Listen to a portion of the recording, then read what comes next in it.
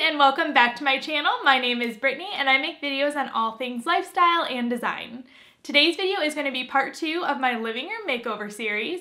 If you have not already seen the first video, I will link that in the description box below so that you can go check that out. Today's video is going to be doing the shopping and the DIYs for the room.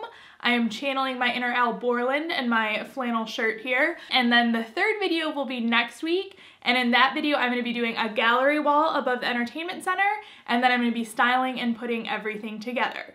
So today, you're just going to come along with me and we're going to go shopping and do some fun DIYs. So let's get started.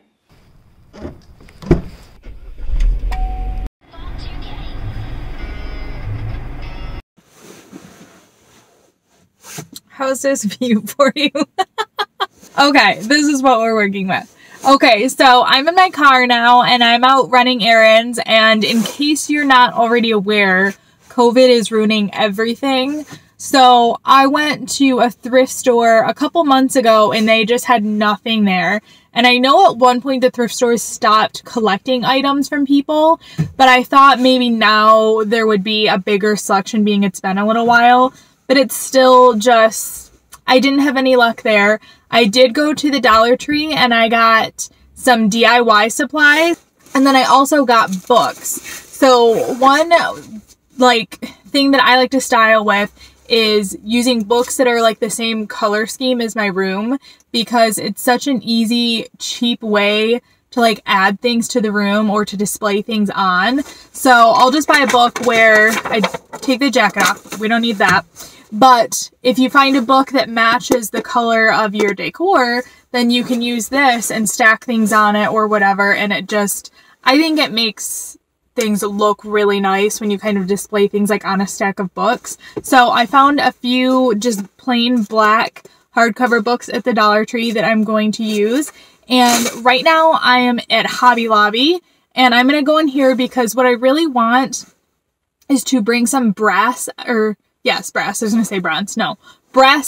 I want to bring some brass elements into the room, and I've had a really hard time finding these, and it's one of those things that I don't want to DIY because I don't like any of the brass spray paint that you can find because it's too metallic, and I really want a matte brass. I don't want it to look too metallic. I just want the color of the brass. So we'll see. I'm going to go into Hobby Lobby and see if I can find anything there. And then my last stop will be either Joann Fabrics or Michael's to get the last of my DIY supplies. And then we'll go home and start working.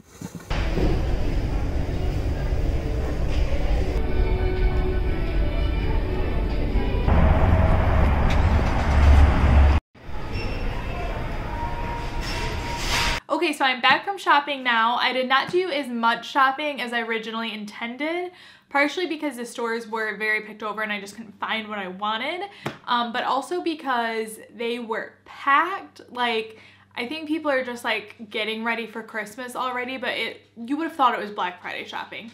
The stores were packed, they had to have been way over capacity, and no one was staying away from each other, and no one knows how to wear a mask right, Lily?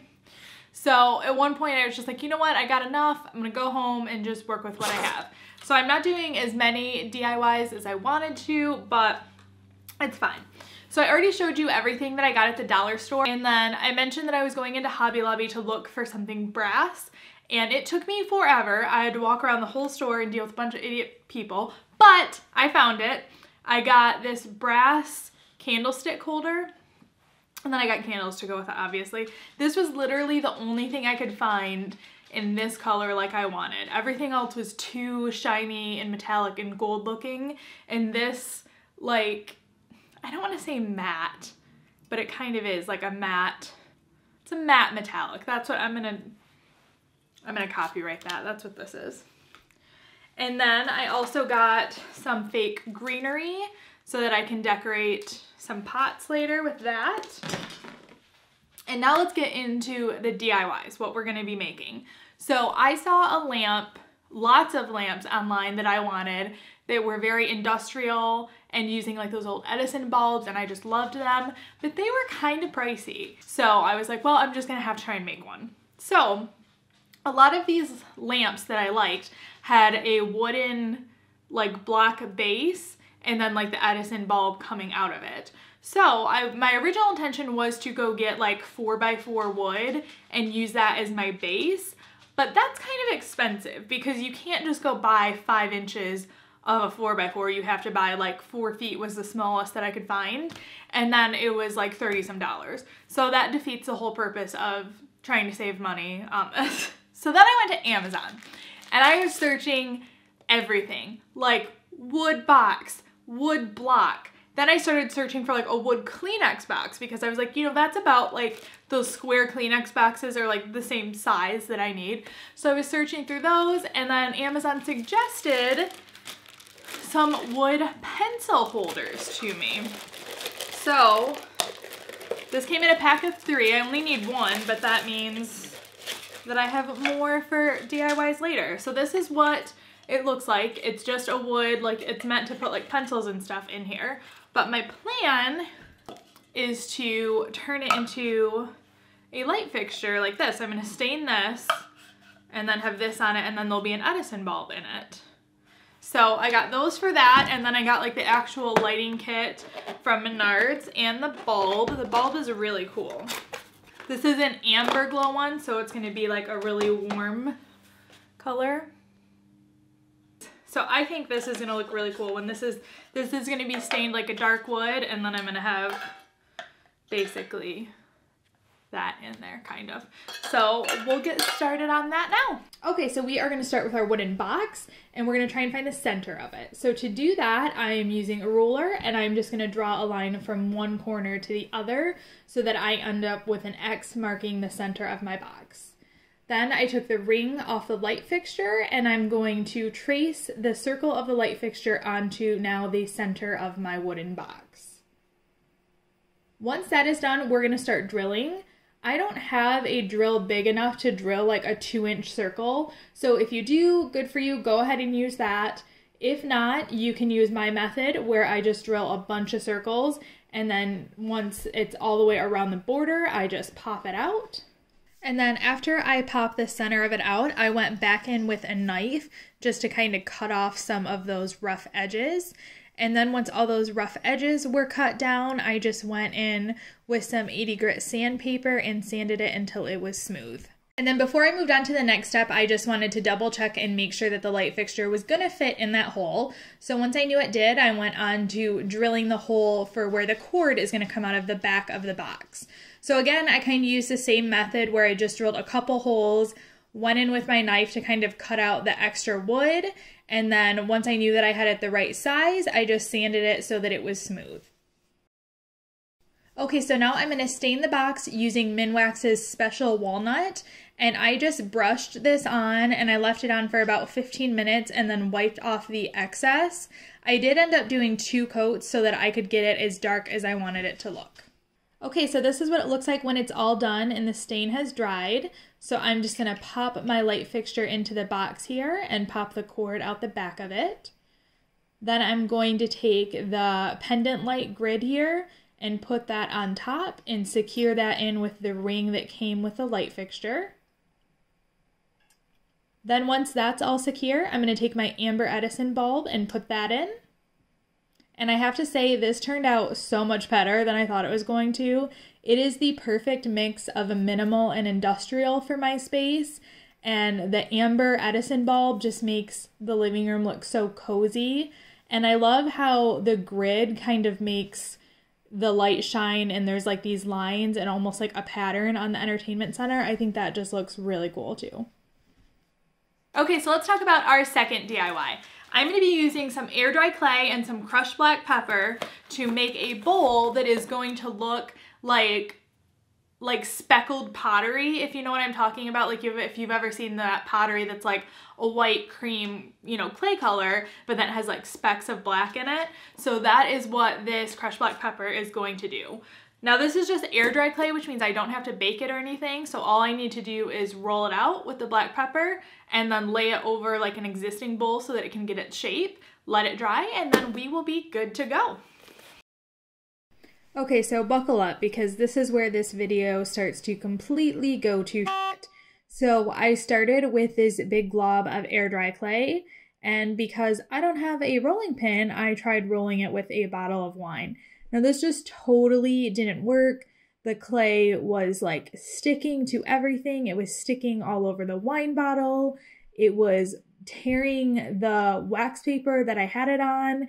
And at the end, when I finally gave up, I basically just had this big glob of like papery clay.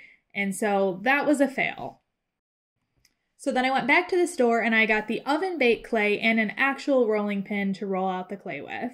So I kind of gave up on my bowl idea here because I was like, this probably is not going to work. So I decided to try and make coasters instead. So I rolled out this oven baked clay until I got a circle big enough, and I was using a lid to a Bath & Body Works candle as my essentially my cookie cutter for this. So once I got my piece big enough, I sprinkled the black pepper on it and then kind of rolled that into the clay. Then I flipped it over and did the same thing to the other side. Then I took my candle holder lid and used that to cut out a perfect circle for my coaster. So this is what it looks like, kind of like a faux speckled pottery coaster we have going on here. Okay, so this is what the 4 coasters looked like when they came out of the oven. I took a sanding block and I just sanded down the edges of these in case there were any spots where it was a little rough. Then, because I am going to be putting cups on this, I used some satin Mod Podge to just seal it so that I would be able to put cups on it and not have to worry about it ruining anything. So this is what they looked like when they were all done and dry, and I just love the texture that the pepper gave it. They just look like really cool natural pottery. Okay, so let's talk about our third DIY. This is going to be hands down the easiest DIY anyone has ever done. Like a 3-year-old could do this, but it's very popular in Scandinavian design. So you'll see a lot of this if you look like Scandinavian living rooms or Scandinavian home decor or accents or things like that, is a string of wooden beads. This is super popular with the Scandinavian theme. And so what I'm gonna do is I'm gonna string, I have 2 different sizes of beads here. I'm just gonna string those together. And then I'm debating on whether I want to do like a tassel at the end of the string or if I wanted to just do it like a closed loop. So we'll see what I decide to do, but I did buy some of this yarn from the dollar store that's in like a very natural cream color that matches the rug and everything if I decide to do the tassels. So like I said, this is the easiest DIY ever. It probably really doesn't even need a tutorial, but I will show you anyways. So I started with just a piece of string and I wrapped the end of it in tape so that it would thread through these wooden beads easier. And then all I did was thread on a bunch of the small wooden beads until I got a length that I was happy with. And then when I was ready, I took both ends and double knotted them together so that I ended up with a closed loop of this string of beads. And they are just the easiest, most simple Scandinavian decor you could make, and I love how they turned out. Okay, well that is it for today's video. Thank you guys so much for watching and hanging out and making these DIYs with me. If any of you end up making these DIYs for your own spaces, let me know. Leave it in the comments below and let me know how it went. If there are any other DIYs or things that you think would work well in my room that you want to see me make, comment those as well. And if you don't already follow me on Instagram, make sure that you do, because a lot of times when I'm designing things, I will post polls over there so that you can vote on them. And then last but not least, make sure that you give this video a thumbs up if you liked it and subscribe if you want to see more. Thanks!